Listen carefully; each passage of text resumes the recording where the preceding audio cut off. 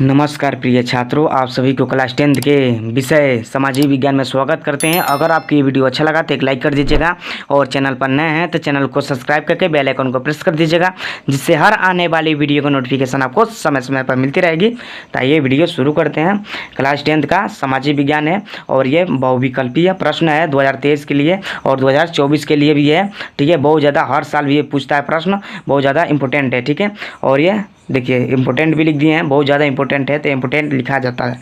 ठीक है, प्रश्न संख्या 1 है, जर्मनी के एकीकरण की आधारशिला किसने तैयार की। ठीक है, हमारे पास ये 4 ऑप्शन दिया हुआ है और इसमें से पूछ रहा है कि जर्मनी के एकीकरण की आधारशिला किसने तैयार की।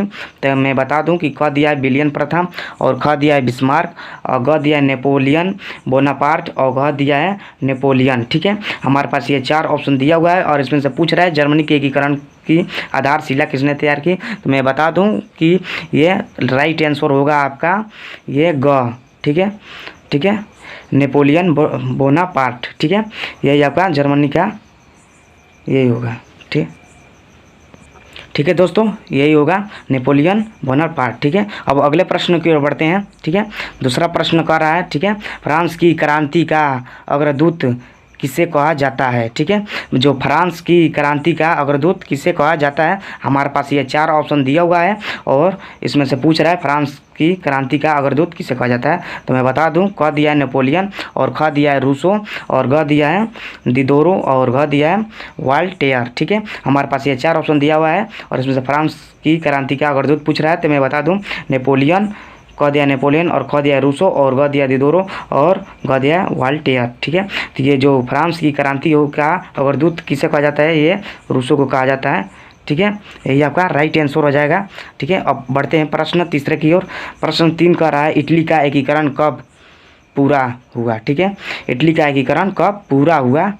ठीक है, और हमारे पास ये 4 ऑप्शन दिया हुआ है। ठीक है, और इसमें से पूछ रहा है इटली का एकीकरण कब पूरा हुआ। ठीक है, तो मैं बता दूं कि क दिया है 1871 ईस्वी में और ख दिया है 1873 ईस्वी में और ग दिया है 1876 ईस्वी में और घ दिया है 1889 ईस्वी में। ठीक है, तो मैं बता दूं एक इटली का एकीकरण का पूरा हुआ 1871 ईस्वी में। ठीक है, यही आपका राइट आंसर हो जाएगा। ठीक है दोस्तों, और बढ़ते हैं अगले प्रश्न की ओर। चौथा प्रश्न कर रहा है राष्ट्रवाद का प्रारंभ किस देश से हुआ। ठीक है, राष्ट्रवाद का प्रारंभ किस देश से हुआ है पूछ रहा है। हमारे पास ये 4 ऑप्शन दिया हुआ है। ठीक है, और इसमें से पूछ रहा है कि राष्ट्रवाद का प्रारंभ किस देश से हुआ। ठीक है, तो क दिया है फ्रांस और ख दिया है भारत और ग दिया है जर्मनी और घ दिया है इटली। ठीक है, इसमें से बता दूं, आप हमको बताइएगा, कमेंट करके ये वाला सवाल बताइएगा। ठीक है, नहीं आता है तो हम बता दे रहे हैं। ठीक है, तो ये राष्ट्रवाद का प्रारंभ किस देश से हुआ, तो ये बता दें कि हुआ था ये फ्रांस से। ठीक है, ये फ्रांस से बहुत ज़्यादा इंपॉर्टेंट है दोस्तों है। ठीक है, अब बढ़ते हैं प्रश्न संख्या 5 की ओर। प्रश्न संख्या 5 है नेपोलियन का संबंध किस देश से था। ठीक है, नेपोलियन का संबंध किस देश से था। ठीक है, हमारे पास ये 4 ऑप्शन दिया हुआ है। क दिया है जर्मनी और ख दिया है इटली और ग दिया है फ्रांस और घ दिया है इंग्लैंड। ठीक है, इस 4 ऑप्शन दिया हुआ है और इसमें से पूछ रहा है नेपोलियन का संबंध किस देश से था। तो मैं बता दूँ कि जो नेपोलियन का संबंध फ्रांस से था। ठीक है, ये फ्रांस आपका राइट आंसर हो जाएगा। ठीक है, फ्रांस राइट आंसर हो जाएगा दोस्तों। ठीक है, और बढ़ते हैं प्रश्न संख्या 6 की ओर। प्रश्न संख्या 6 का रहा है जर्मन संस्कृत में वोक्स्ट जिस्ट का आशय था। ठीक है, प्रश्न संख्या 6 का रहा है जर्मन संस्कृत में वोक्स्ट जिस्ट का आशय था। क हमारे पास 4 ऑप्शन दिया हुआ है। ठीक है, और क ऑप्शन दे रहा है राष्ट्र और ख दिया है संविधान और ग दिया है आम जनता और घ दिया संसद। ठीक है, और इसमें से पूछ रहा है जर्मन संस्कृति में वोक्स जिस्ट का आशय था। तो मैं बता दूं आपका ये आम जनता रहेगा दोस्तों।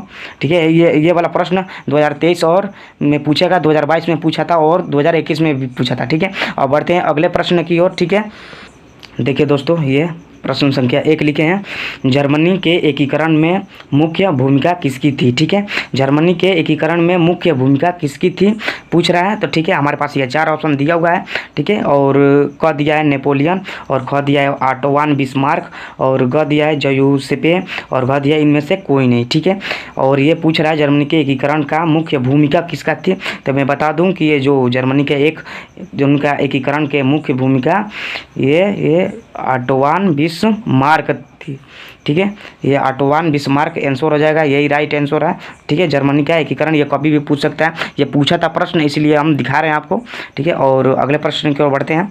ये प्रश्न संख्या 2 का रहा है, नेपोलियन की पराजय कब हुई थी। ठीक है, नेपोलियन की पराजय कब हुई थी। ठीक है, हमारे पास ये 4 ऑप्शन दिया हुआ है और इसमें से पूछ रहा है नेपोलियन की पराजय कब हुई थी।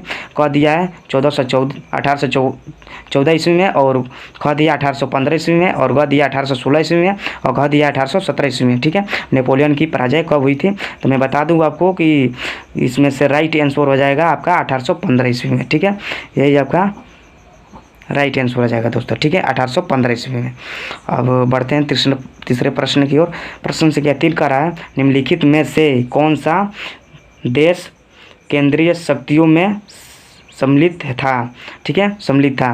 निम्नलिखित में से कौन सा देश केंद्रीय शक्तियों में सम्मिलित था। हमारे पास ये 4 ऑप्शन दिया हुआ है और इसमें से पूछ रहा है। ठीक है, तो क दिया है ब्रिटेन, और ख दिया है फ्रांस, और ग दिया है जर्मनी, और घ दिया है रूस। ठीक है, इसमें से पूछ रहा है निम्नलिखित में से कौन सा देश केंद्रीय शक्तियों में सम्मिलित था। ठीक है, तो मैं बता दूं कि ये इसमें से राइट आंसर हो जाएगा आपका जर्मनी। ठीक है, यही आपका राइट आंसर हो जाएगा। ये बहुत ज़्यादा इंपॉर्टेंट क्वेश्चन है। ठीक है, अब बढ़ते हैं अगले प्रश्न की ओर। अगला प्रश्न संख्या 4 का रहा है, जलियांवाला बाग की घटना कब हुई। ठीक है, ये तो बहुत ज़्यादा इंपॉर्टेंट है दोस्तों, ये बहुत ज़्यादा इंपॉर्टेंट है। जलियांवाला बाग की घटना कब हुई। सब प्रश्न इंपॉर्टेंट है, बाकी ये और इससे ज़्यादा इंपॉर्टेंट है, ये हर साल पूछता है।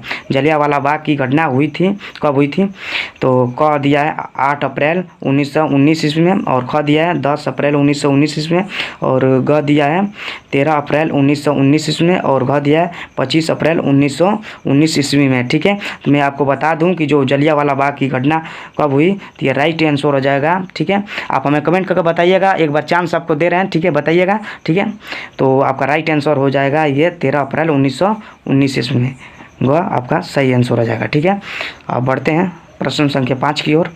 ठीक है, प्रश्न संख्या 5 कह रहा है, भारत वापस आने पर गांधी जी ने पहला सत्याग्रह कहाँ किया था। ठीक है, पहला सत्याग्रह कहाँ किया था। भारत वापस आने पर गांधी जी ने पहला सत्याग्रह कहाँ किया था। क दिया है चंपारण में, और ख दिया है बारडोली, और ग दिया है अहमदाबाद, और ग दिया है खेड़ा। ठीक है, हमारे पास ये 4 ऑप्शन दिया हुआ है और इसमें से पूछ रहा है भारत वापस आने पर गांधी जी ने पहला सत्याग्रह कहाँ किया था। ठीक है, और हम बता दें कि क दिया है चंपारण, और ख दिया है बारडोली, और ग दिया है अहमदाबाद, और ग दिया है खेड़ा। ठीक है, इसमें से आपका राइट आंसर हो जाएगा चंपारण। ठीक है दोस्तों, यही आपका राइट आंसर हो जाएगा। और बढ़ते हैं प्रश्न संख्या 6 की ओर। ठीक है, प्रश्न संख्या 6 का रहा है, भारत छोड़ो आंदोलन का मुख्य कारण क्या था। ठीक है, ये भारत छोड़ो आंदोलन का मुख्य कारण क्या था, मानो कितना में हुआ था, तो मैं बता दूं। इसमें से 4 ऑप्शन दिया हुआ है। क दिया है जून 1942 ईस्वी में, और ख दिया है जुलाई 1942 ईस्वी में, और ग दिया है अगस्त 1942 ईस्वी में, और घ दिया है सितंबर 1942 ईस्वी में। ठीक है, इसमें से 4 ऑप्शन दिया हुआ है, तो मैं बता दूँ इसमें से जो राइट आंसर होगा भारत छोड़ो आंदोलन, ये ग होगा, अगस्त 1942 ईस्वी में। ठीक है, इस आज के लिए इतने वीडियो बहुत काफ़ी है दोस्तों, और हमने बनाया और जाकर देख लीजिएगा, इसी में कवर बनाए हैं बहुत ज़्यादा। तो दोस्तों मैं उम्मीद करता हूं कि ये वीडियो आपको समझ में आ गया होगा। अगर किसी प्रकार की कोई डाउट हो तो आप हमें कमेंट कर सकते हैं, और इससे पहले की वीडियो आपने नहीं देखा तो जाकर भी विकी राज की स्टूडियो में देख सकते हैं। ठीक है दोस्तों, फिर मिलते हैं एक और वीडियो में, तब तक लिए जय हिंद।